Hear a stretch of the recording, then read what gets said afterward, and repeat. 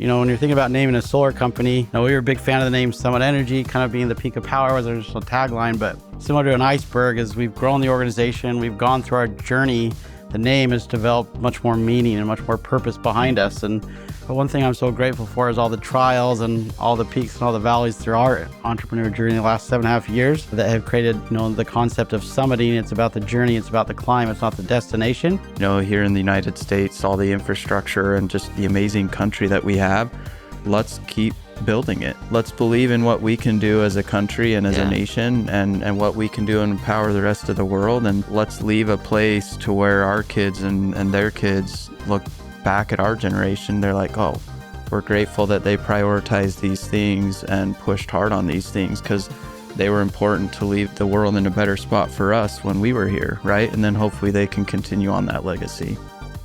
Welcome back to SunCast. It is our job to guide you on your journey as you level up in your professional career in clean energy. And I hope that while you invest the only non-renewable resource you've got, which is your time, you come away with tactical, practical advice that you can integrate as you build into your culture, your career, your company, greatness in every aspect. SunCast is here to try to help you do that through the lens of the leaders of the solar and the broader clean energy industry. And a few months ago, I had the chance through our friends at Bodhi and Unirac to meet Eric Israelsen, who we'll spend some time with today. Eric and his co-founder, Dallin Maw, are the leaders of a company called Summit Energy. They are the protagonists in a story that is much greater than just the two of them. And today we'll dig into the culture they've built around Summit. We'll talk about some of the iconography and the way that they integrate the real thoughtful, intentional methodology for building a company from books, from mentors, and from really hard life lessons. I hope that you stick around all the way to the end. I promise that you won't regret it. And if you like stories just like this, clean energy leaders on the front lines of the energy transition, you're in the right place. I hope that you'll subscribe if you're new to the channel. And I hope that you will check out some of the other nearly 700 conversations that we've hosted here on SunCast. But for now, let's get ready to tune up your skills, Solar Warrior, as we tune into another powerful conversation here on SunCast. I want to kick off the way I usually have become accustomed to. I'm a quote hoarder. And I know that you guys are too. So I wanted to invite you each to share a quote that's inspiring. And you probably have a handful in the top of mind. But I remember that you shared a quote in a live broadcast that really stuck out to me, Eric, and it was by John Quincy Adams on defining leadership. Could you start with that one? Sure. I had another one in mind. Go so with you did kind the of other put me one. at the spot. As another one I shared in the podcast is, the Tony Robbins success without fulfillment is the ultimate failure, which we could speak more to that one. But, John Quincy Adams, and I might lose a couple of the words without reading it off the page, but if your actions inspire others to do more, be more, become more, then you are a leader, by John Quincy Adams. That's and like it. I said, I might have mixed up a couple words, but I think I got the essence of the quote. But we love that because that's inspired us. We've had that quote kind of at top of mind and kind of weaved throughout the organization from the early days. Yeah. Because we look at every individual person that joins our team as a leader. It doesn't matter if you have a title. Leadership is not a title. Leadership is influence. And every person that walks on the planet has the ability to influence another person. Mm-hmm. And so those are just, that's why that quote's been so inspirational to us, because it allows us to kind of flip the mindset of seeking to bless, not to impress. What am I giving, not that. what am I giving? What am I giving, not what am I getting, right? It allows us to kind of just take these simple reframings in our mind and to actually view people as we should. And I think all of us agree with that concept. Yeah. But in the hustle and bustle of life and busyness and the fast-paced society that we live in, sometimes I think most people are good people, but sometimes inadvertently, we tend to just treat people by objects. I mean, you look at a big city, we're here in Boston, right? You look at a big city, if I'm commuting into Boston today, how many hundreds or thousands of people might I just pass by? Right. So by nature, it's just hard to look at every person and see a person. But the more intentional we are about that, we bring out the best in each other. Because it's when we look at each other as people of value and as people that we all rise together. The whole human family is in life's journey together, right? And if we're not being intentional to remind ourselves of that, we lose sight of it, and we tend to just see other people as objects, maybe inadvertently, but that's when we start losing what fulfills us. Because really what fulfills people is other people. Yeah, that's really beautifully said. I'm going to share one, and then Dallin, I'll invite you to share one. This one stands out to me in particular, given the conversation that we were having before we press record here. The human spirit is to grow strong by conflict. That's by William Ellery Channing. Incredible. Yeah. Powerful. I thought that entrepreneurship, despite all the books that suggest that it's a lonely path, that it's difficult and arduous, and that every entrepreneur that makes it to 10-year overnight success, thought somehow my journey would be different, right? And I'm sure many listening and watching feel that same way. So I hope that we can talk about not just the peaks of the mountain in your journey, but the valleys as well. Well, in the valley is where you're gathering the resources. You recharge, you get ready, and then you go back to the next peak, and then you go back to the valley, recharge to get back to the bigger peak and the higher peaks. And when you're thinking about naming a solar company, I remember when we were starting Summit is what do we want to name our company? And we were a big fan of the name Summit Energy, kind of being the peak of power was our initial tagline, but similar to an iceberg, as we've grown the organization, we've gone through our journey, the name has developed much more meaning and much more purpose behind us. And when you're trying to name a company, it's something clever and marketable and things like that. But one thing I'm so grateful for is all the trials and all the peaks and all the valleys through our entrepreneur journey in the last 7.5 years that have created, the concept of summiting. It's about the journey. It's about the climb. It's not the destination. Yeah. And it's about becoming similar to yours. And, the call of leadership is, one of our favorite quotes. Me and Eric, we nerd out on quotes all the time, but success without fulfillment is the ultimate failure. And I've been able to see some people who've been very successful without much fulfillment, and people who maybe haven't seen so much monetary or business success, but they were extremely fulfilled and were much happier than those people that had every material thing in the world they could want and weren't happy and were just dissatisfied and searching for that. Yeah. So we're grateful, that we've gone through enough things, enough trials and errors that we could realize that and try to embody that into our team and our culture and just be thankful for the ups and the downs, because they all lead to becoming a better person. And you learn more from the trials than you do from the successes. And I'm so grateful for those. And it's made me a very humble leader. And, leadership's a calling. You can choose whether to answer it or not. Leadership's never forced upon anyone. A lot of time you're called. Sometimes you're ready. Sometimes you're not. Yeah. But when that calling comes and you pick up the phone and said, I'm going to give this a shot, I'm going to be a good leader, you take that stewardship a lot more serious than if you just think, well, I have to do this. It's I get to do this, and it's a calling that you chose to answer. Yeah, I love the way you phrase that. As you all think about the purpose, the meaning that brings fulfillment in Summit Energy, without directly talking about your company, if you're in a conversation out in public, how do you describe the problem that Summit Energy is trying to solve? Normally what I tell people when people ask who is Summit, I say, well, we're a people company that does solar, not the other way around. So if we really want to dive deep into the problem that we're trying to solve, it's just to help people see value in themselves.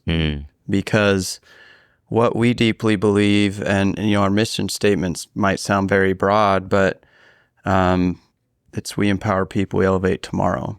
So and as we dive deeper into that iceberg, below the surface of the depth of that is, we truly believe that each person walking on the planet has seeds of greatness within them. Yeah. And as leadership, leadership's not a license to do less. It's a responsibility to do more. And as leaders, I think one of the best frameworks to maybe view leadership is in the lens of a gardener. The power of each person, the power to grow is in the seed itself. It's not in the gardener. Thank you. But what does the gardener do? He creates the environment and the nourishment for the seed to flourish and reach its full potential. Yeah. So as leaders, that's what our job is. Yep. We're not we're not responsible for any other individual's success. That power was in their own seed, but we can help that environment that helps that seed flourish. And so those are really what have inspired us to start a company in the first place. And why solar? Well, today, in today's economic environment, our world needs a transition to cleaner energy, right? And we all need that. The human family on planet Earth, the plants, the animals, we need to get energy from cleaner sources, and we've learned that, and I think people understand that. So we've just identified solar as, if not the best, one of the best vehicles for us today to accomplish the things that really matter to us. And we built a business around those philosophies, and we've been hyper intentional to make sure that all of that is ingrained into what we do on the day-to-day basis, right? So getting another customer, another homeowner solar, it's not just, oh great, we made more money. No, we helped empower another family. Like, they're going to save tens of thousands of dollars by converting to solar versus money that they would have spent in extra utility bills. What can that family now do with that money, or that individual, or that business, right? They can invest it back into their kids' college funds or whatever else they do with it. They can spend it on experiences rather than having it go out. So we do our best in all of our business philosophy, all our business strategies, to make sure that people are at the center of everything.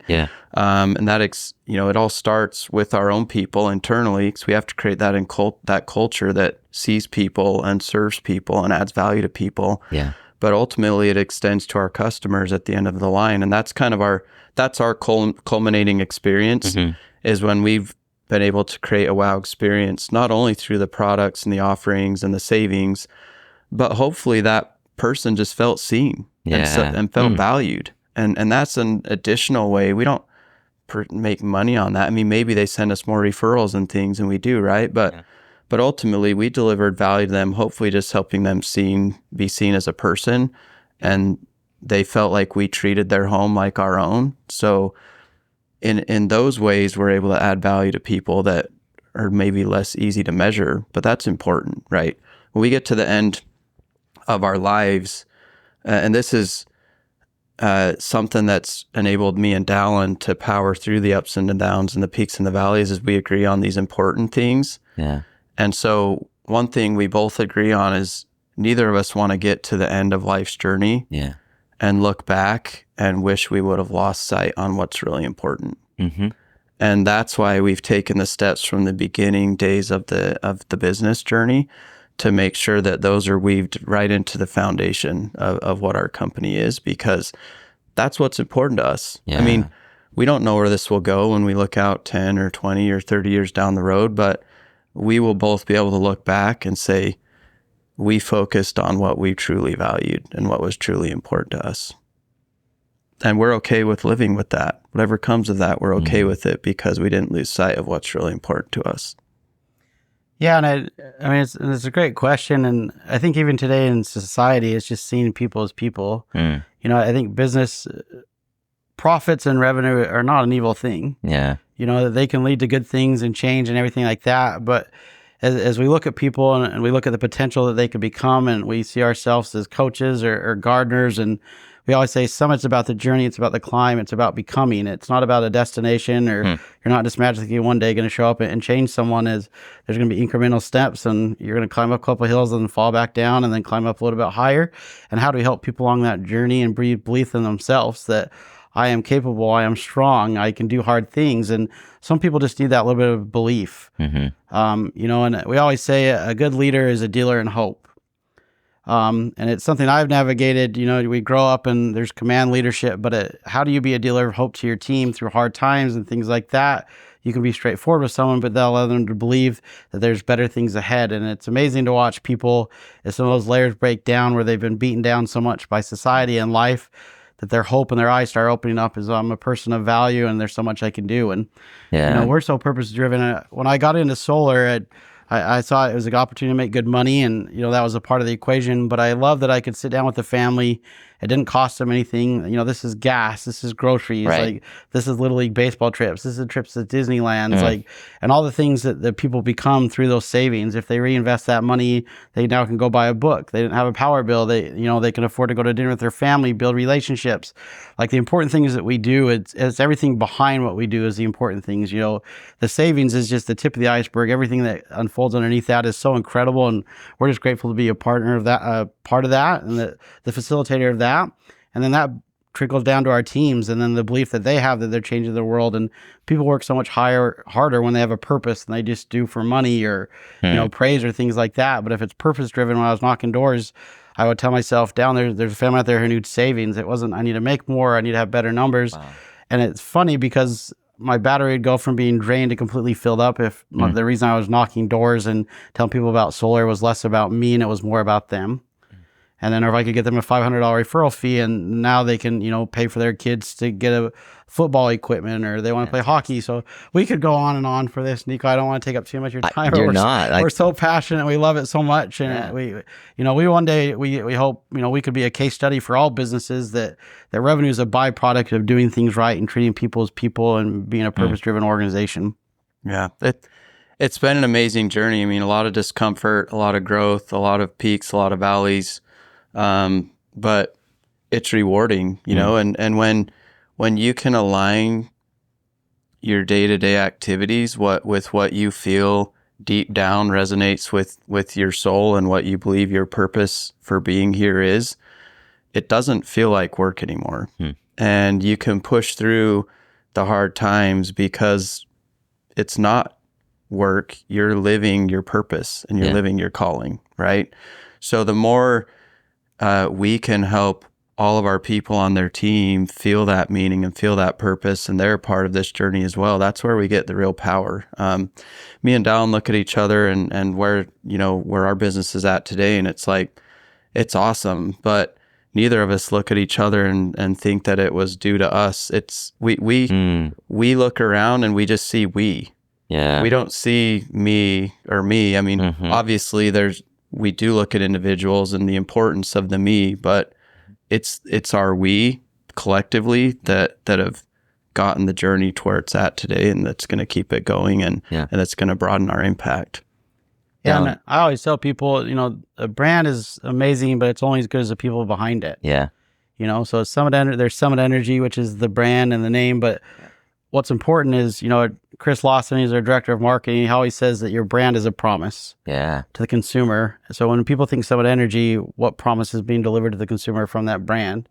And Summit want to be an honest, sincere contractor. And, Nico, as your listeners probably has listened and got to know you, I mean, you have a strong purpose behind what you do with these podcasts. You're trying to inspire the future leaders or help people that are stuck in certain parts of their lives or business of how do I get over this hurdle, or how do I climb this next mountain that I've never done before. And I love that what you do. And as I've talked with you, you're very passionate about what you do and why you do it. And that's inspiring to me. And you've charged my battery just from the short time that we've got to spend with each other. And you could even take a second. I know I'm going to kind of reverse this a little bit, but tell us, what is your why? Why, you do these podcasts and you've developed in business and life. What are some of your whys that as your listeners get to know you that can inspire them? And this would be a good opportunity to inspire myself and Eric, because I love to hear people's stories. Everyone has an amazing story, and I'm so passionate when I get to hear that and grateful because it inspires me and I can internalize that. And then what ways can I help them? Thank you. I'm so glad to be on the Summit podcast today. This is really, truly an honor to join you guys on your journey. I really think that you guys are missing an opportunity by not having a podcast where you can capture more of the essence of what it is that you believe. I've learned in the last 10 minutes or reinforced more about leadership than I would argue the last 10 episodes I've recorded. Oh. And it's not to in any way denigrate those other interviews, but the focus that you all have that's so intentional around cultivating the right culture. And I as well am a dealer in hopium. Love it. Hopium. I've never heard that. That's good. You need to trademark that. We're going to take that page out of your book. That's good.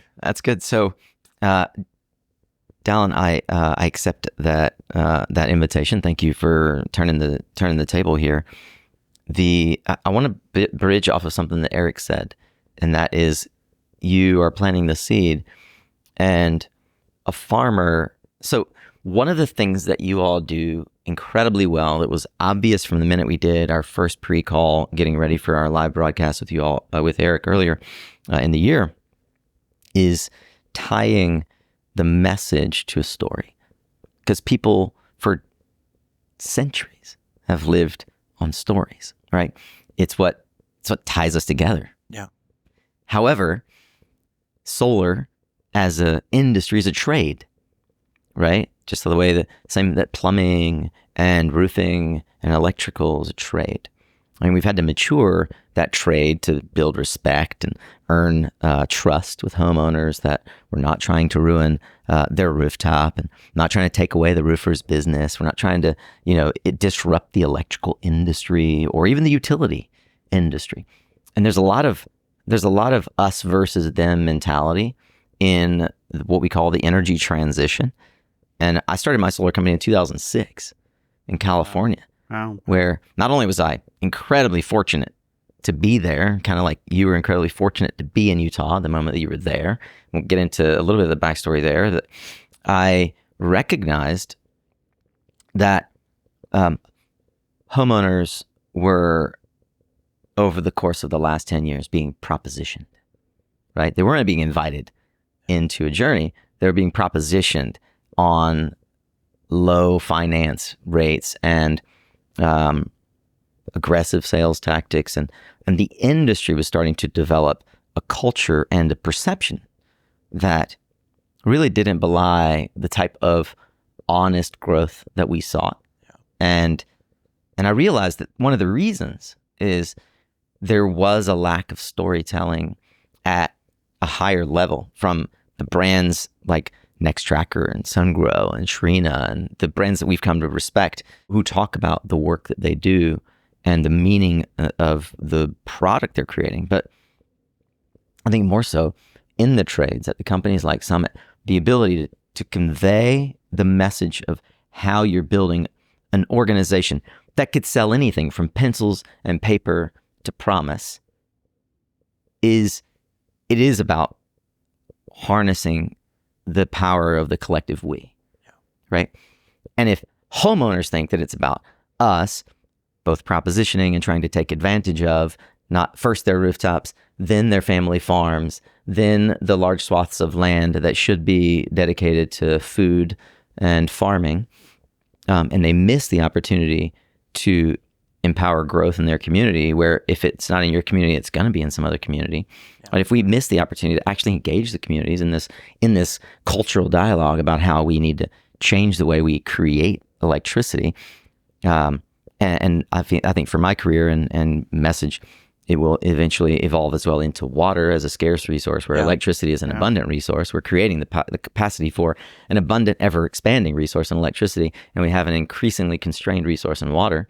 I saw that there's no one out there that is taking the mic, taking the mantle, and saying that they will help broadcast that message in a clear way. And at SunCast, when I created the podcast, it was just about how do I find people like you all and share not just the vision and the story of who they are, but the tactical ways that they've achieved what some would call success. Incredible. And if I could hold them up an example to say, here's someone, if you're in the wilderness, that you can follow, but also show, hey, here's some of the ways that they, in the wilderness, wish they had a guidepost, right? Because they turned left when they should have turned right. Yeah.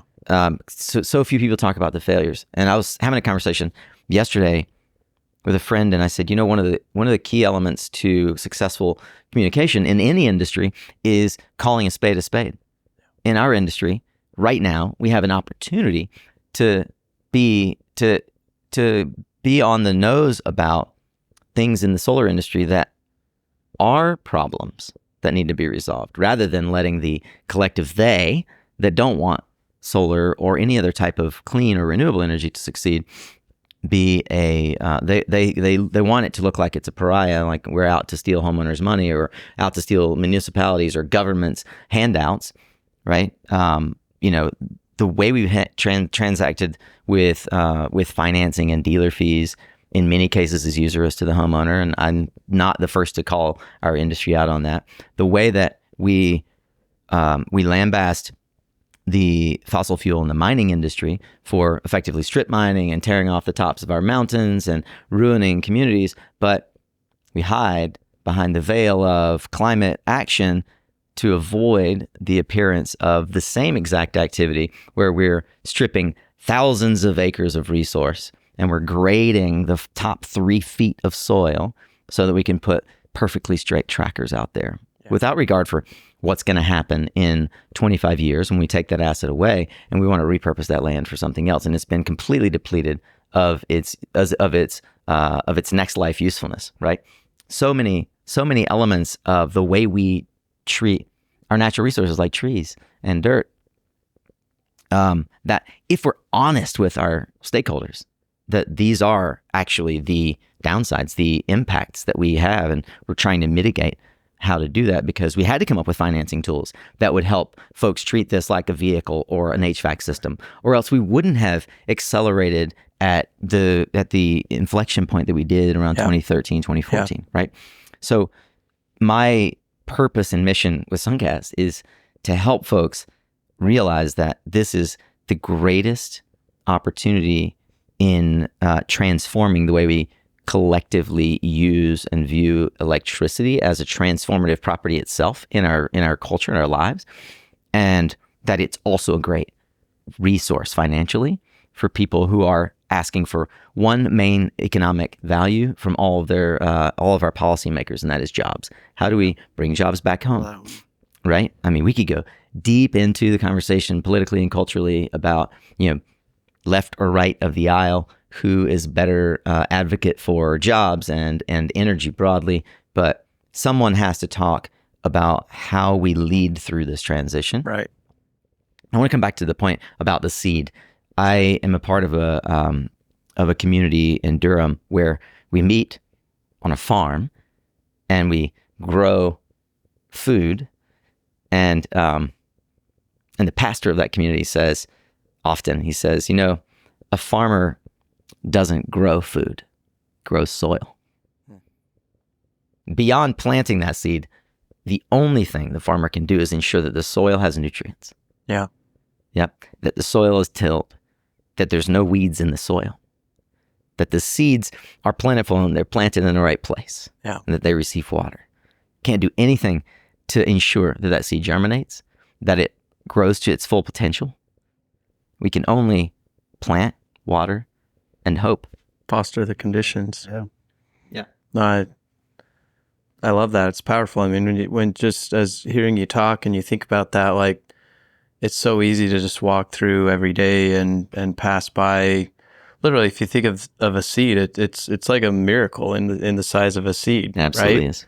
And it happens all around us. Yeah. So I love that. Well, and I love too that it's not instant. How much time does it take to cultivate soil? You don't just go and pour water and some chemicals on that, and then boom, you're done. It's very patient. The constant days, it's raining, the weather, you're protecting it. Yep. You're planting the right time and things like that. And leadership is patience and helping something go through its journey. Yeah. You don't just plant the seed, then you're done. It's how often are you going back to revisit that seed and pull the weeds out and check on it. And the seed will decide how hard it can grow. But as a leader, you're called to go out and help that and go through its journey. And it requires a lot of patience. And you have to kind of see that vision of where that seed could be. The seed doesn't know, but you know where it can go before it does. And that belief that you believe that it can become what it can become, the seed doesn't know that, but grows because of your belief in it. It takes belief to put a seed in the ground and know it's going to grow. And we've seen it happen before, don't get me wrong. But I always appreciate the fact that it's not something that's guaranteed. But if you put the seed in, the hope and what it becomes, and then the fruit that bears from it, it's pretty incredible kind of analogy for life and business. That was really beautiful. I feel like this is an entirely different conversation than I typically have on SunCast, to be honest. And I really love how we are just sort of riffing off of one another. And we've spent, I don't know, a half hour on, We could go down this road easily for a half while. hour on leadership. I feel like we could spend another half hour on that. I'd like to give folks a little bit of more perspective on the business that you've built and why you've done that. And I want to go back maybe 20 years. Do you remember the first time you met Eric? I do. It was so me and Eric grew up in Utah. I was at Greenville Elementary. I had just moved from a town a little bit further south up to a place called North Logan, Utah, as a Greenville, and I think you were in my class. I just remember Eric was a very happy, very nice kid. Yeah. And we'd kind of synced, and he lived close by to someone that was like a daycare and I was staying at. And we'd play basketball with each other and hang out a little bit. And I remember Eric's one of the most happy, positive people I've ever met in my life. And it's something I just value so much about Eric, because it can be really hard, and no matter what's going on, Eric is always positive and smile. He's got a smile on his face. Always. First time I ever laugh, and I just absolutely love it. But even from young kids, and we played Little League basketball together. Even though Eric smiles a lot, he can be a little bit of a pest. Yeah. I remember one of our coaches got a little bit mad at Eric because he was running around not listening. But it's just a kind of a true story. I got a ball thrown at me. He got a basketball thrown at him because he wasn't listening. So hilarious. Kind of crazy that we synced up better, later on in life. And here we are today, growing and running a business together, co-founded a business together, and 8 years of friendship and running a business, a lot of ups and downs, but I always feel like we've been in sync. And I think it's because Eric is a very humble, sincere leader. And I'm very grateful for that. Yeah, and I think life's journey, Dallin's folks, knowing each other in grade school, zoom past that. When we get to high school and college, we had kind of gone on our separate paths. We didn't keep in very close contact, but, we were always friends on social media. Yeah. Always had, good thoughts of each other, but there's at least a good decade or so where we hadn't communicated much. And then, incredible. I had did my MBA at Utah State University, went straight back into straight commission sales, which is another topic that was kind of scratching my entrepreneurial itch, which I had from a young age. But eventually I started eyeing the solar industry more, had some friends that had gotten in, and started researching the opportunity more myself, and liked where I thought it would go over the next decade or two. Yeah. And thought, I want to get in. So I was confident in my ability to go sell. What was it that you were selling door to door? Through college. Yeah. Yeah, through college I had gotten in. My first summer in college I played and, started the next year and had no money. And I was kind of like, maybe next summer I should do something different. Yeah. So I got into the alarm, the summer sales of alarm. I did a couple of summers in Houston and St. Louis, but it kind of opened my mind to just like more opportunities post college, because you could do well if you're willing to work hard all summer. Right, and it was you would kind of, it made college more fun because the school year was the fun part of the year. And the dreaded part of the year every year was the summer. Yeah. Because you're giving up all the fun and you're just like, I'm going to invest in my future and just give up my summer now so that I can have some of those dividends pay fruit down the road. But so that's where I kind of learned the skills of salesmanship. Yeah. And I guess I'm definitely a believer that sales is a skill. It's just good communication with a purpose, and anyone can learn it. Because I didn't consider myself the salesy type. Yeah, you were in med school. Yeah. Yep. I was doing not I was in pre-med, exactly. And sales is largely what changed my trajectory from continuing down that path to doing an MBA after my biochemistry degree. Is there someone in your life that you view as like they were a pivot point? They pushed you in one direction versus the other, or helped you see one opportunity? Yeah, well, that's a good question. I would have to say my dad was the biggest influence. Okay. He's just been a model my whole life of just a good person, a good leader. He's also a business owner, but I think I was talking to him as I was starting to figure out life in college, and like, I've already changed, from the same degree, but pre-dental to pre-med to pre-pharma. And I think he saw me trying to sift through all of that. Yeah. And then it was in a conversation with him where he was like, we were sorting it through. And it's like, well, maybe you should think about this. And he kind of thought about, I think he saw that I wasn't I was geared more towards those industries for the money. And just, well, if you do an MBA after that will kind of open your doors to a lot of other things, and you could still get value from your science degree. So I'd say it was largely my dad in that point that mentored and just kind of gave me some advice and coaching. But I know his dad. He's an amazing guy. I mean, I see I see Eric's dad, and I see Eric, and he's an incredible person, and he's been a side of a mentor to myself as well. Man, that's wonderful. So you left pre-med, got an MBA, ended up ultimately one of the sales leaders at Vivint as Vivint was getting ready to go public. Yeah. So Vivint Home Solar was an extension of Vivint Home, Vivint Alarm. What was it called? Vivint? Just Vivint Inc. It was just Vivint. Yeah, that's right. And which was one of the top alarm companies in the nation. Yeah. Became the second largest solar installer in the nation, was running neck and neck with Solar City and then Sunrun.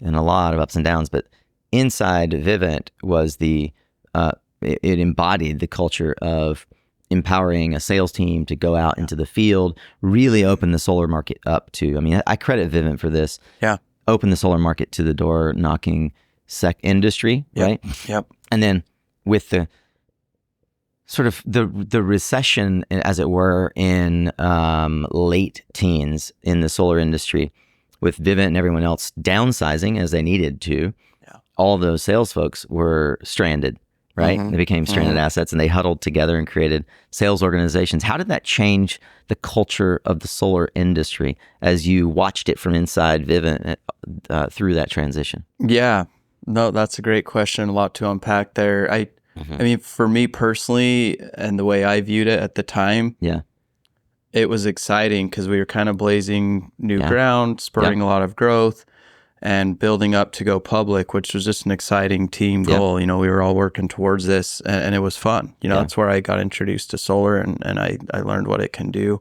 And this is, I think, mostly just the nature of a public company. It's not that there's not good public companies out there, but it was a noticeable shift once the IPO happened. And you started seeing some of the pressure each quarter, and some of the short-term decisions. Yeah.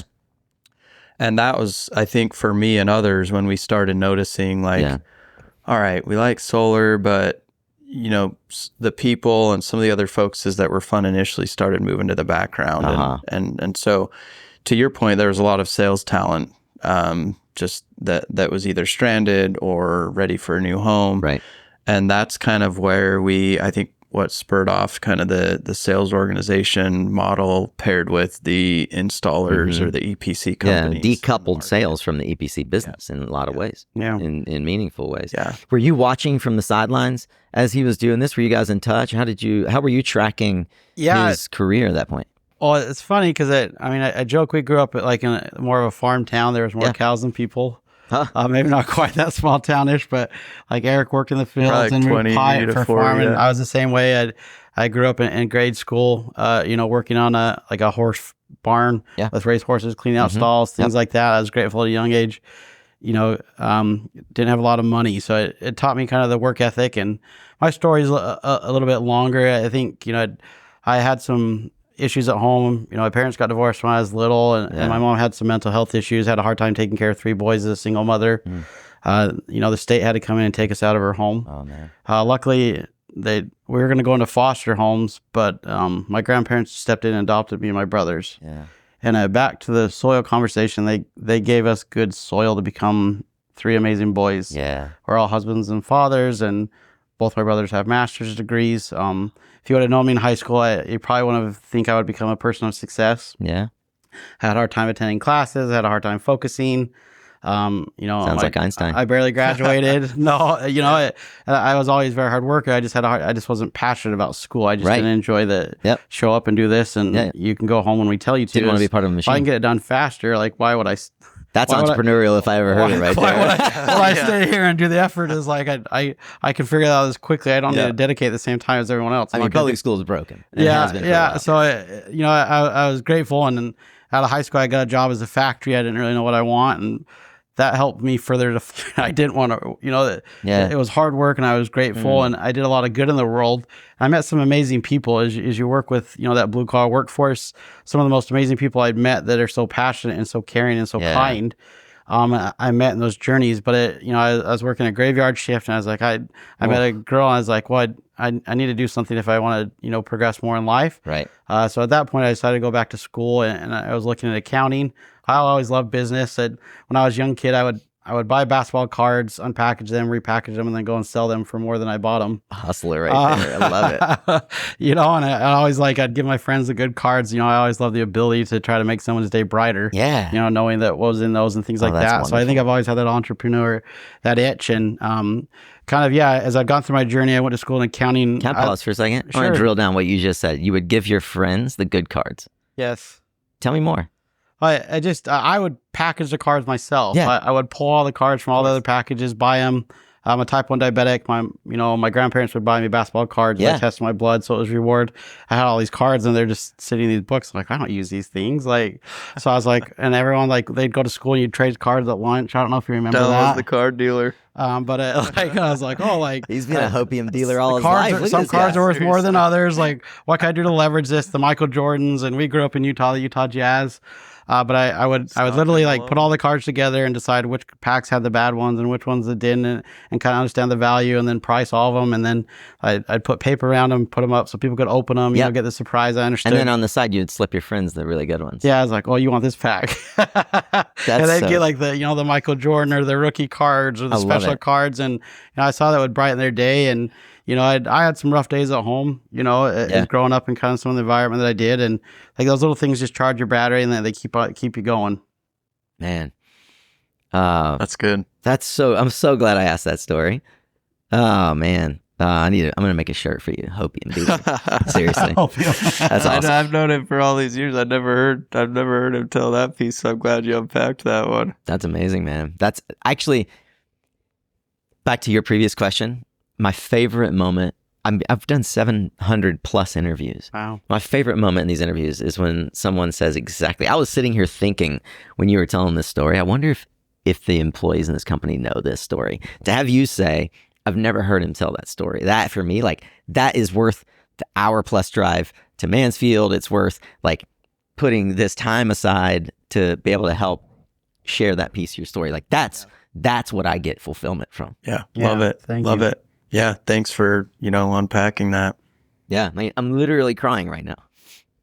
You can leave that in, Chris. No, me and Eric have some common threads of, we're both hard workers, we're both kind, we see the potential in people, even though we took different paths to success, and I think that's important things for the listeners, is there's no one right path to success. Yes. We were meeting with the CEO of Unirac, Peter Lorenz, at dinner the other night, and there was 18 of our team members there, and he said, very good guy. To me and Eric, he said, one of the things I'm impressed, he's like, your team is so diverse. Yeah. There's not one mold for anything. It is all these people have different skills and they're all successful, and I'm grateful. Me and Eric, I think we're a good counterpart. So Eric is he was a perfect grade. He got perfect grades in high school. I remember how smart Eric was. He took AP chemistry, all those other things. He's reminding you he got A minuses.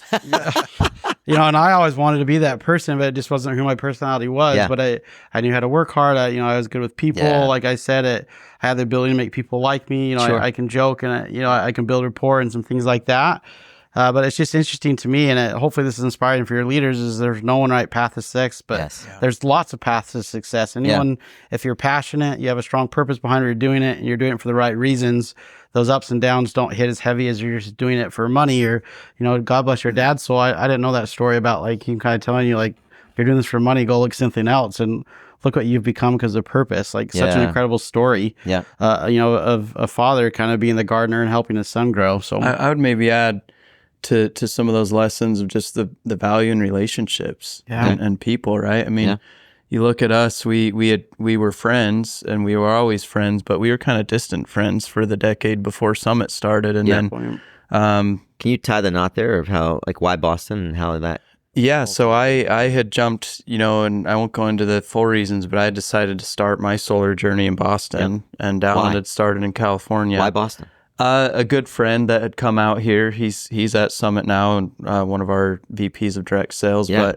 But he had been out here for a year and a half, so I had a few connections Got that were it. doing it in different parts of the country. And So I assumed that it was probably Dallin was here. yeah, not at the time. I was actually narrowed it down. Was deciding between Hawaii. I had a friend there, and Boston. Wow. But in my, using the stories or analogy terms, I felt like Hawaii at the time, which was kind of in the desert phase, which they did end up running into all the grid issues not too long after. So about a year after I chose to move to Boston, I got that hindsight and was like, oh, I'm glad I chose Boston. Yeah, you would have run into a lot of grid constraint. Yeah. So I was already out here. Dallin was in the West Coast, and then when I was ready to do something new, just started networking out to some of my friends and connections. And I had seen what Dallin had been doing on the other side of the country. He had started in California, then he was in Utah helping build a newer company. They got to a decent size. In solar? In solar. Okay. So I had worked with Vivint Solar in San Diego. At Vivint, like as an employee? Yeah, as a sales contractor similar to Eric. And I remember I had discussions. They'd given me the option. I'd work with a gentleman. His brother was a higher up at Vivint, and I was working at the accounting, the property management company at the time doing accounting and finance. And he's like, "You work too hard and get paid too little." He's like, "You should go do door to door. There's some guys making amazing money doing this." Right, back to getting your accounting degree. I forgot. Yeah, and so he kind of set me on a different path. He introduced me to his brother, Doug Robinson, is now the founder of Legacy Power. Yeah. I know Doug, and an amazing leader, amazing person. And he'd set up, and I had the option between Boston, San Diego, and Hawaii. Hawaii is a little bit too far from home. I'd always dreamed of living in California. So I quit my safe, secure job, in accounting and finance to go sell solar door to door. Wow. 100% commission. My family told me I was crazy. I don't know about yours. Your family probably had a big belief, but I started with Vivint in San Diego, and then I'd actually left Vivint and went to Legacy, kind of helped build that from the ground up. And then for that, another company, which was Brio, and Eric had kind of seen that. I've seen him on social media, and he was at the top of leaderboards of Vivint, like just crushing it. And I wasn't always the best at sales. When I went out, they told me I should probably go home. This is the right position for me. But so in the office, they told you to go out and sell. In the field, they told you to go back to the office. They're like, "You're not very good at this, Dallin." I'm like, "I can learn." So I read books, and I emulated what the top people were doing. I didn't reinvent the wheel. And persistence. I showed up every day, and I put in a lot of work, and then found success and grew into some leaders. And I like I said, what you go through, you grow through. And just that belief. So it's kind of crazy that we both started with Vivint, and I'm very grateful for Vivint. They've started a lot of entrepreneurs and really changed. A lot of people came from that, have changed the thing, but pretty incredible. We both work for Vivint, and both exactly. We saw what we had seen passively what each other was doing, and then I messaged him and said, "Hey, I want to hear more about what you've been doing out there," and that's where we started talking again, and Summit started in 2016. So it's been a journey ever since. And timing is everything in life. You can start too early, too soon, but I was kind of, as I'd worked with this other company, I was a big fan of the ethics. They were misleading people about production. They were doing the LED bulbs and the smart thermostat and saying this is offset energy 20%. And I love solar, but I wasn't a fan of some of those. And I had some ethical dilemmas with my business partners there. So I was wanting to leave. And Eric had literally called the exact moment. It's like, "Hey, I'm thinking about doing my own thing. I'm not enjoying Vivint in the public." And I'm like, "I'm actually leaving. I want to do my own thing. Let's see if there's a company aligned." And we looked around. We couldn't find one that we felt how solar should be done. So we kind of looked at each other. Well, what do we do at this point if you can't find a company that we feel like is aligned of how people should be treated and solar should be done? Like, maybe we should start our own. And Summit was born out of that vision of, to create a company that, was known for doing things the right way. That's so amazing.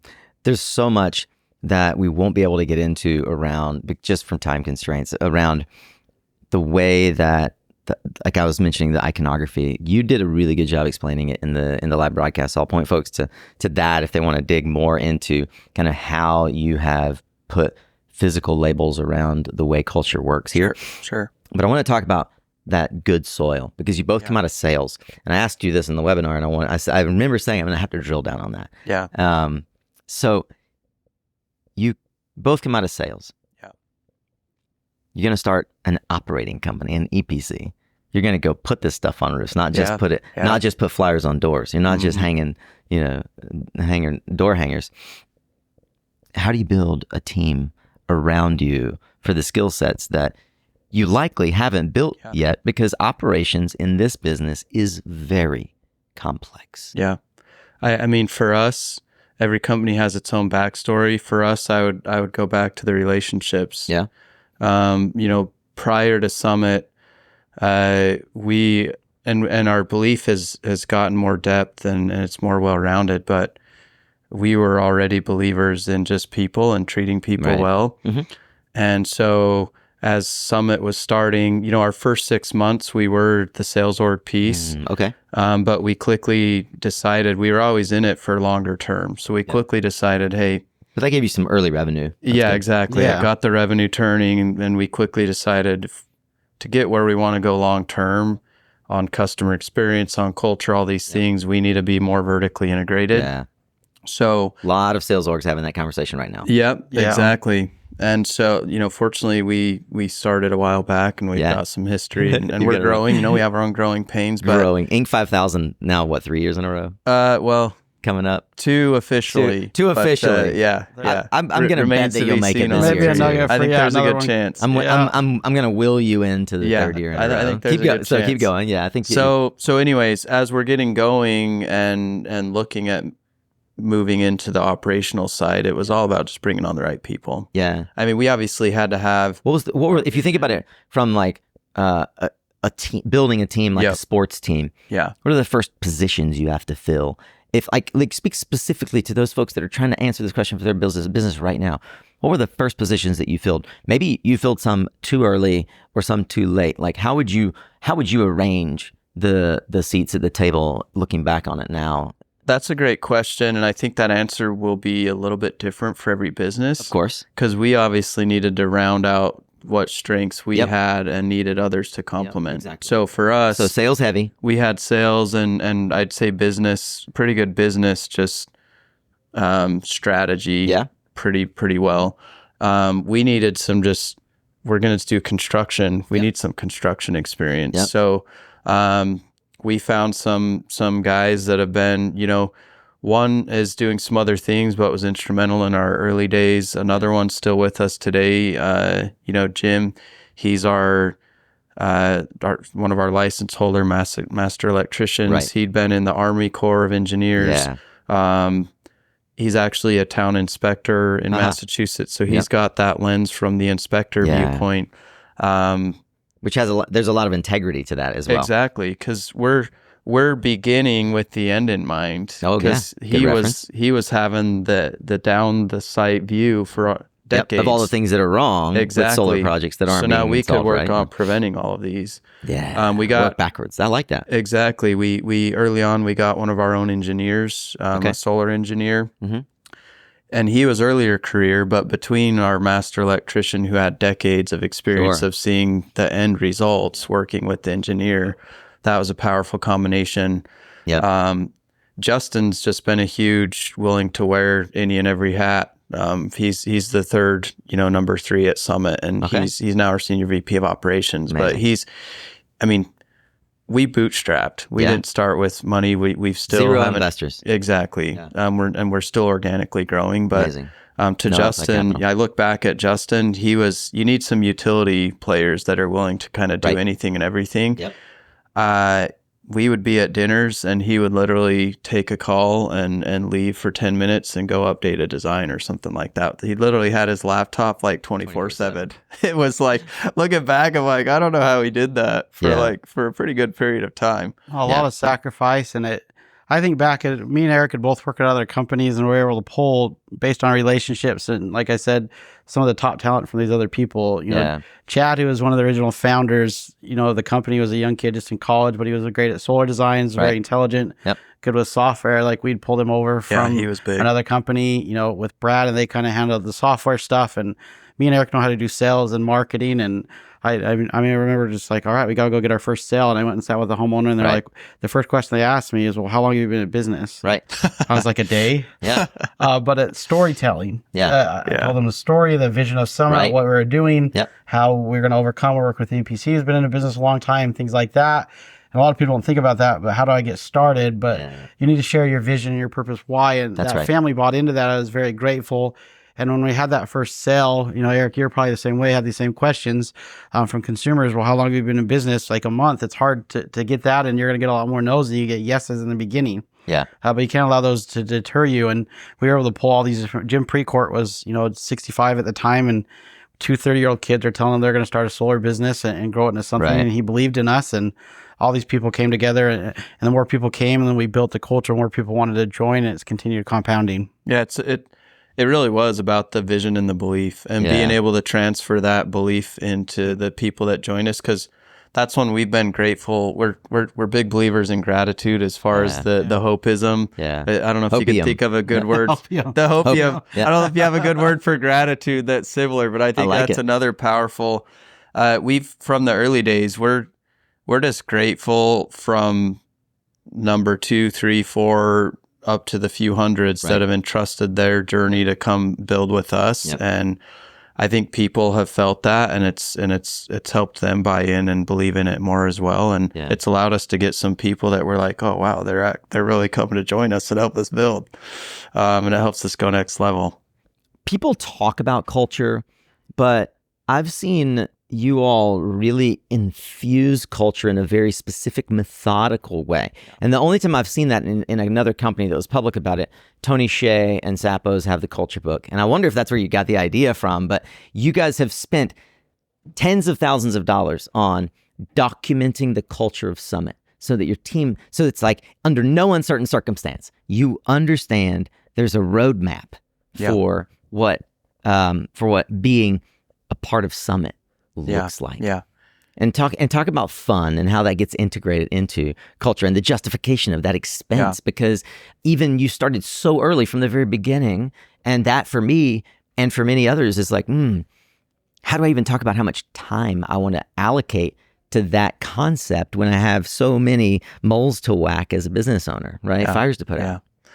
No, I love the question, and we won't be able to deep dive because of due to the sake of time, but it's a subject that we're super passionate about. Yeah. And I was smiling when you brought up Tony Hsieh, so I was trying to remember in my head when we spoke last fall if he had come up or not, but he actually has been an inspiration for us. And I'll come back to that, but just going back to our belief in people. Yeah. And some of the discussions we've had on creating the right environment and nurturing the soil to allow seeds to flourish. People are more productive when they're happy and they're having fun. Yeah. Right. So, and we understand that. So we try to have fun as we're doing business. There's no reason why you can't. We still have challenges. Just like a sports game, you're going to have your tough quarters or your tough minutes or your tough periods. But at the end of the day, like, you're playing a game that's fun. It gives you opportunity to overcome challenges, to try to win the game, to do all these things together, right? You're doing it together. Yeah. So, I mean, there's reasons why people parallel business and sports so often. But, I mean, on the Tony Hsieh front, so we're just big believers in learning. Yeah. And we look at summit as a verb more than we do the noun. So the act of summiting. It's the day-to-day, the constant journey, the climbing, the becoming. That's the important part, the journey of Summit. So from the early days of the company, we've been learners. We're big on reading. Yeah. And over the years, there's certain books that just resonate with you very strongly. Right. And we've been able to pick some of those out and say, these are like foundational to our beliefs. Yeah. And so we've made sure, one, as we're growing and we're selecting new leaders, to make sure we're getting the right cultural fits. Mm-hmm. And then we also been big on asking everyone to acclimate to Summit's culture. Again, Pink Mountains. And we have core readings that have been around since the early days of the business. And, just to rattle them off, but not dive in, Leadership and Self-Deception, a paradigm shifting book, just gives a framework on how to see people as people, not objects. Leadership and Self-Deception? Yep. Okay. Yep. And then Peak by Chip Conley. Right. And that one actually ties strongly to Tony Hsieh because he was a big inspiration. Chip Conley's framework was a big inspiration to Tony Hsieh. Right. Zappos actually considered themselves a peak company. Is that right? Because, they basically, Chip Conley took a lot of studying of Maslow's hierarchy of needs and made a framework to apply that psychology to business. Wow. It doesn't hurt the name's Peak either. Yeah, that's right. Summit and Peak. That's love. And you think of Maslow, it's all positive psychology. It's all seeing the potential in people, right? So that's been huge for us. That's our kind of second core reading, Peak by Chip Conley. And then the third one is more operational as far as how do we execute, and just giving us a good business operating system that helps us execute strategies. It's the 4 disciplines of execution. Okay. It's a Covey. Yeah, that's not what I thought you were going to say. Traction. We've read Traction and gleaned some good things from Traction as well. But it's not the 4 disciplines. Of execution. Execution. Similar it's a Covey, principles, but so if you think of those, before we veer off, you think of those, one's just foundational. It's like our super core value. How do we see people? Right. Then you get into more of the philosophies. How do we empower people and lift them up with Maslow and all the framework? Yep. And then our third is just like, all right, how are we going to operate and execute? So if you were to walk around, another big thing we've done with the culture is we're really intentional on language and how we speak and that reflecting our beliefs. But one of the summit words, we have our own vocabulary. As you walk around, you almost need a dictionary to be glossary. Like, wait, what is all this? Yeah, glossary. But you'll hear wig frequently, which wig? It's not about wearing wigs. Yeah. It actually comes from 4DX. Okay. It's wildly important goal. Oh, wow. And so you'll hear little words like that we've learned from these different places and integrate them into the business. And then a few years back, I actually don't think we got this from Tony Hsieh. We have read some of his books, so maybe it was just hiding out in the brain somewhere from together, him. Yeah. But we did years ago. We looked at where we wanted to be, and our biggest fear was losing the culture that we were creating and fostering. Right. And so we made an investment. It was around $20,000 to build a culture and brand book that kind of was a good way for people that were joining the company and for those that were already here to just reinforce some of the core principles. I'd love to get a look at that before. And happy to show you. And at the time when we made the investment, it was kind of, it hurt. You're like, that's a gulp. Do we invest in this or do we invest in leads? That will give us business now. Yeah. And those are the sacrifices that you have to make. To really build the business to where you want to be. It's if we hadn't have made those sacrifices then, we wouldn't be where we're at today. Yeah. Guys, I would love 3 more hours with you, and I'm sure others watching and listening would as well. And I wonder, because you're so intentional about internally providing resources, does your website have resources for folks that may see Summit as emblematic of the kind of company they would build? How would folks better connect with you or the ideas that have made you and we the kind of business that Summit has become? Well, the easiest way would be to join Summit. Yeah, there you go. You learn pretty quick when you get implemented. That's right. Get dived right into the fire. But those are some great thoughts, Nico, of, how do we do that? We've developed Summit University. Yeah. Where we actually have ongoing classes and teaching. And and that's an internal. Yeah, that's an internal thing. That's your whole onboarding process too, right? Yeah, that's correct. Yeah. So I think that's something we could further develop. Is I don't know if we share that with our customers enough, and the outside world. Right. It's kind of internal to Summit. Yep. But I think those books, Trust Inspires, another phenomenal one. Trust and Inspire. Yeah, on leadership. Yeah. On leadership, it's really changed the way I lead and see people and their potential. Wow. A phenomenal book. But I mean, as we've gone through these different stages, a lot of times you hit a ceiling and what's next? How do I solve this problem? Yep. Mentors is a good way, but one thing I'm very grateful, both me and Eric, is we're passionate about reading. Yeah. Anytime that I had a problem, I would go find a book, and then it would give me ideas of how to solve that problem. And then when you're a 30-year-old, we're 2 co-founders of a business. You're 30 years old, leading guys who are in their 50s and 60s. How do you do that? And you go and educate yourself and grow as an individual. So we're just a firm believer in education and reading and constantly. And then it's also a good alignment tool. If everyone's reading the same book at the same time, they're all on the same frequency and operating at the same level at the same time. And that's when magic happens, is when everyone's on the same page. And books are a phenomenal way to do that, because you're talking about the book and you're talking about ideas you have from the book. And then you learn I know we're going short on time. That's so okay. I would I'll end encourage you there. guys, if you haven't already, to publish the list of books that form the core philosophy of your company and publish it on your website. The website is I love that idea. SummitSolar.com. SummitSolar.com. Or you could go to WeSummit.com. I love that. That's the one I love the most, but it's not the most. WeSummit.com. Yeah. If you and I think that your team is working on expanding on that brand. So I'd encourage, probably by the time this publishes, that will all be now be published and more prevalent. And Chris and the team, I know, are working on sort of refreshing how that all looks. So 100%.